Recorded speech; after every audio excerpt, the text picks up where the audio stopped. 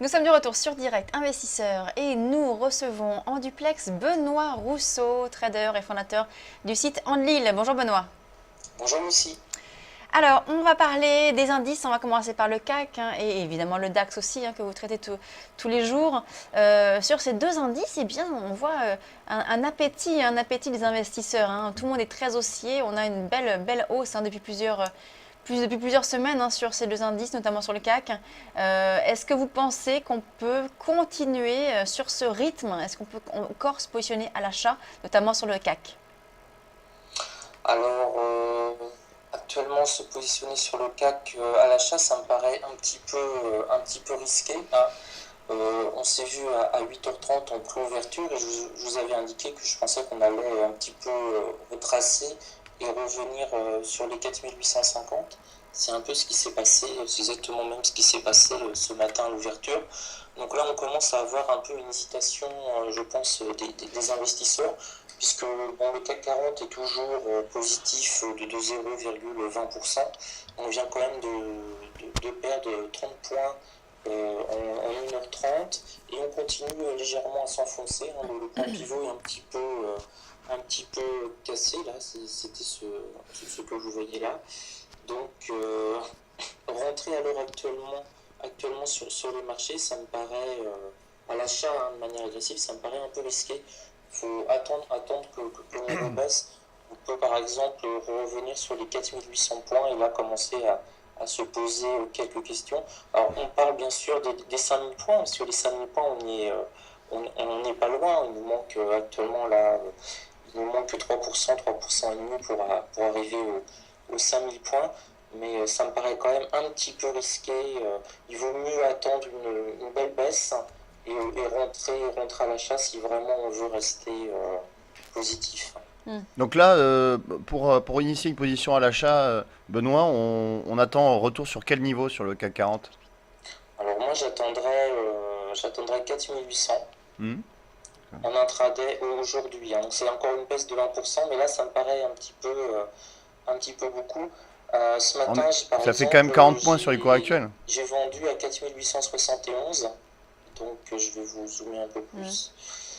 J'ai vendu à 4871, comme je vous l'avais indiqué à 8h30, et avec un objectif à 4850. Alors je suis sorti un peu plus tôt, je suis sorti à 4855 quand on commençait à rebondir là, donc là j'ai pu faire 16 points, et là on continue à baisser, hein. Mm. En fait on a un gap à aller fermer, qui est encore à 4830.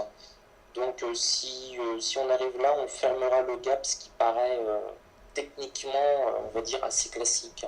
Donc Mm. c'est pour ça que l'on baisse par rapport au cours de clôture à 17h35. On a ouvert sur un gap haussier et là on est en train de fermer tranquillement en fait ce gap haussier. Donc on va on retourne là vers les 4830, 4835 Donc au niveau de 17h30. une fois qu'on arrive à les 4830, 4835 dont vous parlez, est-ce que vous estimez qu'on va poursuivre ce repli vers les 4800 dont vous parlez pour pouvoir rebondir? Parce que c'est vrai que les marchés sont plutôt haussiers, on a l'impression. Vous dites que Ah vous oui. avez souvent un Ah là, biais baissier, vous. ils sont plus qu'haussiers, là, les marchés. Ça fait 6 semaines qu'ils montent. On entame peut-être notre 7e semaine de hausse continue. Là, on est dopé, pas à l'adrénaline, mais en tout cas, on est dopé au QE. Et ça, on le voit. La dernière fois, on a monté plus de 6 semaines d'affilée en ligne droite, hein. C'était en octobre 2014.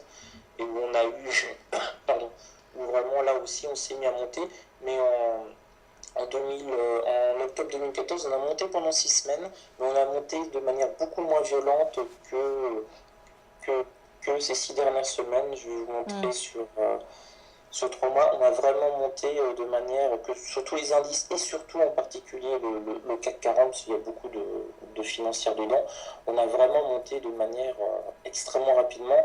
On était en début d'année sur les 4100, on va dire, et on est actuellement à 4800, 4850 quasiment. On a pris plus de 700 points en quelques semaines, donc c'est vraiment une hausse extrêmement rapide. Et le fait que l'on se mette à baisser légèrement, ça me paraît tout à fait normal. Là, vous avez un graphique journalier. Donc on voit qu'on a beaucoup de supports possibles pour rebondir. Notamment, on a un très beau support. Si on voit, c'est toutes les têtes hautes de ces bougies journalières. On aurait un très beau support, par exemple, à 4700, environ 4700, 4740, qui permettrait éventuellement un rebond. Mais là, si les marchés s'ouvrent pendant 2 ou 3 jours, ça me paraît un petit peu normal. D'accord. Alors sur le DAX, est-ce que c'est également votre stratégie? C'est vrai on est monté sur le DAX en fin de semaine dernière, également ce matin. On est toujours au-dessus des 11 100 points. Quel est votre objectif? Alors j'ai poté le DAX, je me suis mis à vendre le DAX au-dessus des 11 150 points, donc sur cette mèche-là. Ouais. Là, je vous ai mis un graphique sur 48 heures. La journée de vendredi, avec cette mèche absolument extraordinaire qui correspond en fait aux expirations des options sur le DAX. Et là, on a eu vraiment une violence qui nous a mis une bougie au maximum à 11 160, qu'on a été revoir vendredi soir à 21 h. Et là, en fait, ça a été à nouveau le point haut de ce matin, à 9 h pile. On a retouché pile les 11 160 et on s'est mis à baisser. Donc là, j'ai pu vendre au-dessus de 11 150, donc je suis assez content à ce niveau-là. Je crois que c'était 52, 53. Et là, j'attends que ça baisse tranquillement. Et vous avez, Benoît, vous avez maintenu votre position?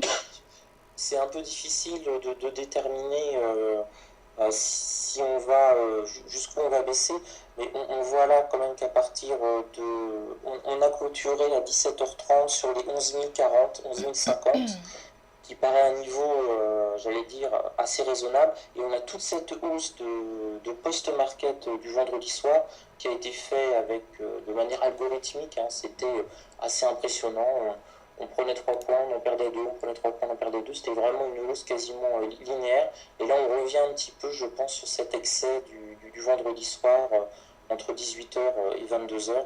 Donc là, on vient revoir le point pivot qui est aux environs de 11 075. C'est pas mal. Donc l'idée là, c'est de voir si comme je suis encore en position, on risque de retester les 11 100, donc de remonter vers 11 100, et si on les casse, on peut remonter vers 11 020 assez rapidement. Donc là, je fermerai pour prendre mes bénéfices. Et le rêve, évidemment, pour ceux qui sont en vente, c'est si on échoue à casser les 11 100, on risque de redescendre beaucoup plus bas. D'accord. Donc votre Donc objectif... c'est pas évident, c'est pas évident à gérer. Vraiment, si les gens qui sont acheteurs sur une idée d'un QE qui va encore continuer pendant quelques semaines, il vaut mieux acheter actuellement sur repli. Et là, on commence à voir des petits replis, des petits essoufflements, parce qu'on est quand même monté de manière extrêmement, extrêmement rapide. Ouais. Donc votre objectif là sur le DAX, rappelez-nous, quel est-il? Alors là, il est déjà fait. C'est-à-dire, je vends systématiquement au-dessus des 11 100 points. Donc là, par exemple, le prochain objectif, si on casse les 11 100, ça pourrait être 11 125. Me mettre à vendre à 11 125. Je regarde, j'analyse en même temps, oui, ça correspond au point haut de 22 heures. Donc me vendre à 11 125 pour un retour vers les 11 100 ou les 11 075. En fait, j'ai vraiment une tactique.